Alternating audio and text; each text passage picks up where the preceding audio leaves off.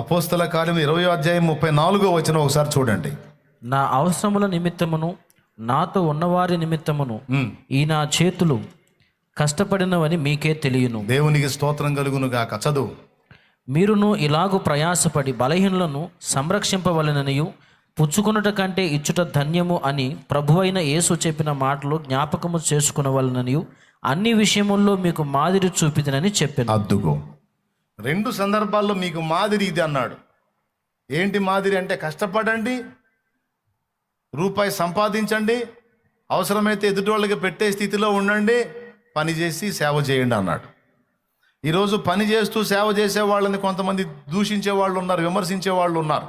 దూషించడం అంటే హేళనగా మాట్లాడటం, వాళ్ళు అసలు సేవకులే కాదన్నట్టు మాట్లాడటం కొంతమంది దగ్గర నేను చూశాను. తప్పు తప్పు తప్పున్నర తప్పు. కష్టపడి చాకిరీ చేసుకుంటూ జీవనోపాధి చేసుకుంటూ సేవ చేయటం ఎంత మాత్రం తప్పు కాదు. అది పౌలు చూపిన మాదిరి.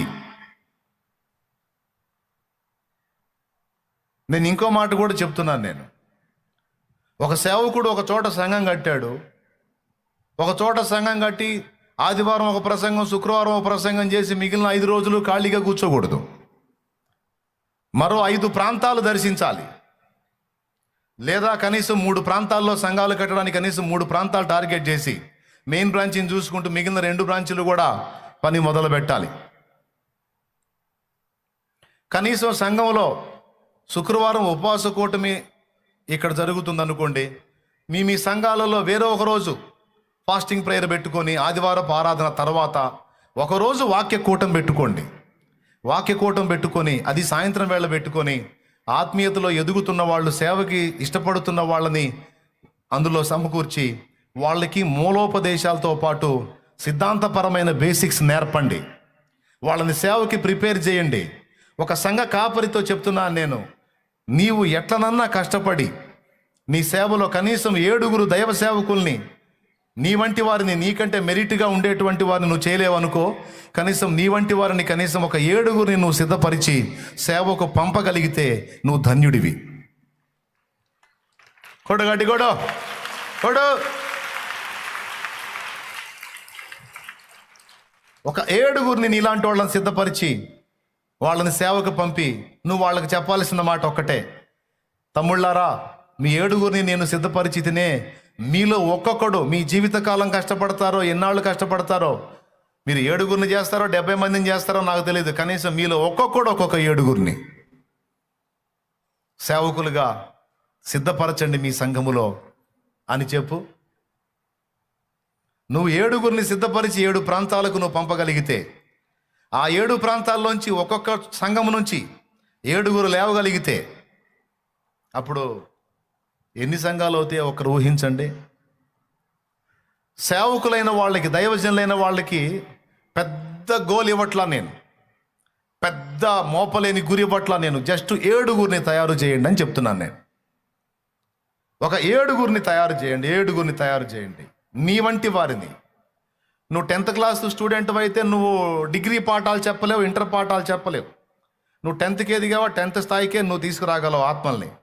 కనీసం నీ వంటి వారిని ఒక 7 నువ్వు రెడీ చేయగలిగితే, ఆ 7 ప్రాంతాలకు పంపించి వాళ్ళకు కూడా అదే ఛాలెంజ్ నువ్వు ఇవ్వగలిగితే, నేను మీ 7 లేపినట్టు మీరు ఒక్కొక్కడు 7 లేపండి అని నువ్వు కానీ వాళ్ళని ఆ విషయంలో ప్రోత్సహించగలిగితే, నీ యాత్ర ముగిసే నాటికి నీ ఒక్కడి ద్వారా ఒక చెట్టులాగా ఒక మొక్కలాగా ప్రారంభమైన సంఘము నీ యాత్ర ముగిసే నాటికి ఒక చెట్టు అవుతుంది. నీకు తెలుసా, నీ సంఘంతో కలిపి నువ్వు పంపిన 7 లేపితే 7 ఏళ్ళు 49 నీది ఒకటి, మొత్తం 50 సంఘములు కట్టిన చరిత్ర నీకుంటుంది.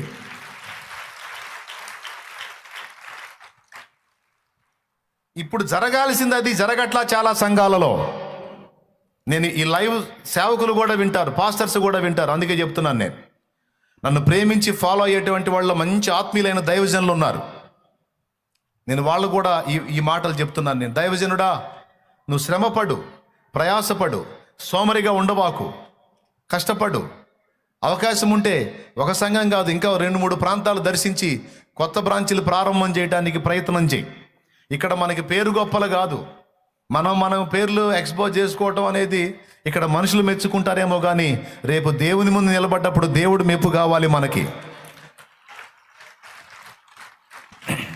నీ శక్తి కొలది కనీసం ఒక 3 ప్రాంతాల్లో సంఘాలు కట్టు. ఈ 3 ప్రాంతాల నుంచి లేపుతావో, ఒక సంఘం నుంచి లేపుతావో, కనీసం ఒక 7 దైవజనుల్ని నువ్వు లేపు. 7 సేవకుల్ని నువ్వు తయారు చేయి. ఆ 7 కూడా అదే గురివు. మీరు ఒక్కొక్కరు ఒక 7 తయారు చేయండి. నేను ఒక 7 మీ 7 సిద్ధపరిచితేనే మీరు కూడా ఒక 7 తయారు చేయండి అని 7 ఛాలెంజ్ ఇవ్వు. నువ్వు వాళ్ళని పంపు సేవకి. వెంటనే ఒక సంఘం కట్టబడదని చెప్పు. వెంటనే కట్టబడదు. దానికోసం కష్టపడాలి, ప్రయాసపడాలి, శ్రమ పడాలి, త్యాగం చేయాలి, అన్నిటినీ చంపుకోవాలి, అన్నిటినీ ఓర్చుకోవాలి, తాళుకోవాలి. ఒక్కొక్క ఆత్మ, ఒక్కొక్క జీవితం.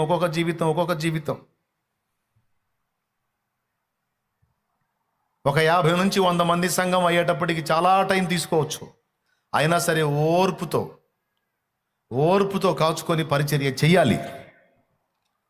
దేవుని కృప వల్ల ఒక 50 నుంచి 60, ఒక 100 మంది సంఘం అయిందా, అందులో నుంచి ఒక్కొక్కరిని తడవకొకరిని లేపి దేవుని సేవకి మరో ప్రాంతానికి పంపుతూ ఉండాలి.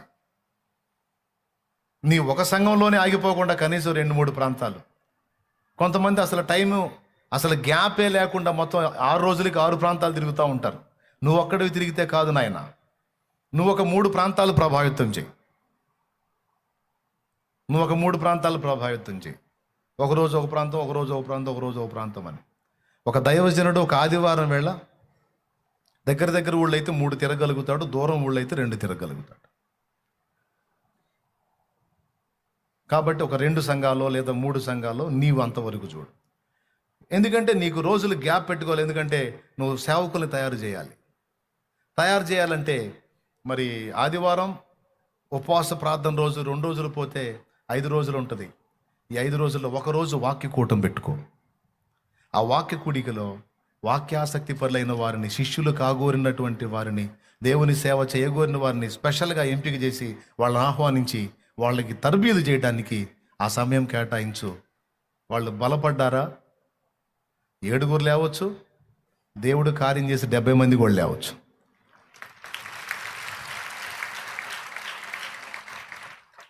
నేను అదే గురిగా మొదలు పెట్టుకొని పని చేశాను. ఇప్పటికి దాదాపు 100 మంది దాటిపోయారు దైవజనులు. ప్రతిష్ఠింపబడిన దైవజనులు 100 మంది దాటిపోయారు. ఒక్కొక్కళ్ళు 2-3 సంఘాలు లెక్కేసుకున్నా కూడా 200 సంఘాలు పైనే ఉన్నాయి. మాట వరుస చెబుతున్నాను. మీకు తెలుసు ఎంతమంది ప్రతిష్ఠ చేశాం? 7తోనే ఆగిందా? 100 దాటిందా? దేవునికి స్తోత్రం కలుగునుగాక. నేను వ్యక్తిగతంగా ఒక 3 ప్రాంతాల్లో సంఘాలు కట్టాను. చిలకలూరుపేట, నరసరావుపేట, విప్పర్లపల్లి అని 3 ప్రాంతాల్లో నేను తిరిగి కట్టాను. తర్వాత ఏం చేశాను, నా దగ్గర లేచినటువంటి దైవజనులు 2, దావీదు, కిరణ్ 2 లేచారు. దావీదుని నరసరావుపేటలో ఏర్పాటు చేశాను, కిరణ్ విప్పర్లపల్లి ఏర్పాటు చేశాను. ఆ 2 సంఘాలు చెరొకటి వాళ్ళకి కేటాయించి వాళ్ళు అక్కడ పరిచర్య చేస్తా, ఇంకా మీరు ముందుకు వెళ్ళండి అంటే మా వాళ్ళు ఇంకొన్ని ప్రాంతాలకి వెళ్ళి దేవుని పని చేయటం మొదలు పెట్టారు. నేనేం చేశాను, మెయిన్ బ్రాంచ్ మీద మనసు పెట్టాను. ఎందుకంటే మెయిన్ బ్రాంచ్ విస్తరిస్తూ ఉంది, అనేక మంది చేర్చబడతా ఉన్నారు. అందుకని నేను దీని మీద మనసు పెట్టాను. దేవుని కృపను బట్టి ఇంక ఇది అంచెలంచెలుగా ఎదుగుతా ఇప్పటికీ ఈ దశకు వచ్చింది. ఇందులో నుంచి దాదాపు నేను 7 దైవజనులు అనుకుంటే దాదాపు 100 దాటిపోయారు.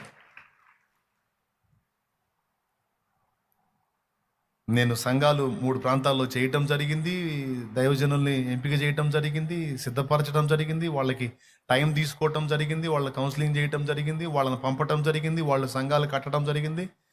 ఇప్పుడు కిరణ్ ఒక 4 ప్రాంతాలు, దావీదు ఒక 5-6 ప్రాంతాలు, పాస్టర్ రవి ఒక 5 ప్రాంతాలు. అట్లాగా ఒక దైవజనుడు వచ్చి 3, 4, 5 ప్రాంతాలు కూడా దేవుని కొరకు వాడబడతా ఉన్నారు.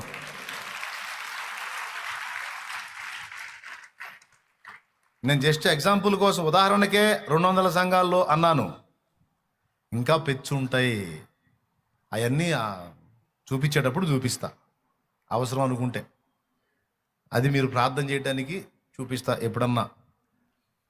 ఎందుకంటే ఎచ్చులు పడాలని మనకు లేదు. దేవునికి స్తోత్రం.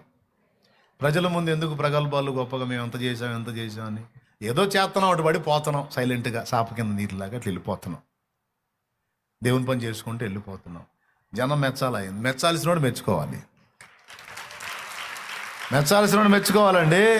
ఆయనే చూడాలని చేసుకుంటూ వెళ్ళిపోతున్నాం. ఇక్కడ ప్రజలు గొప్ప అనుకోవ పని నాకేందంటే వీళ్ళ గొప్పతో ఏడిసారి. వీళ్ళు గొప్ప అనుకుంటే వచ్చిద్దా, లేకపోతే ఏమన్నా ఇంకొకటి అనుకుంటే వచ్చిద్దా, నాకు అవసరంలా. నా తండ్రి సంతోషపడితే చాలు. ఊరూరా నా దేవునికి ఒక బలిపీఠం కట్టగలిగితే చాలు. హల్లెలూయా. నేను అందుకే చెబుతున్నా, కష్టపడండి. సోమరితనాన్ని దరి చేరనీయకండి. ఖాళీగా నిద్రపోకండి, ఉండొద్దు.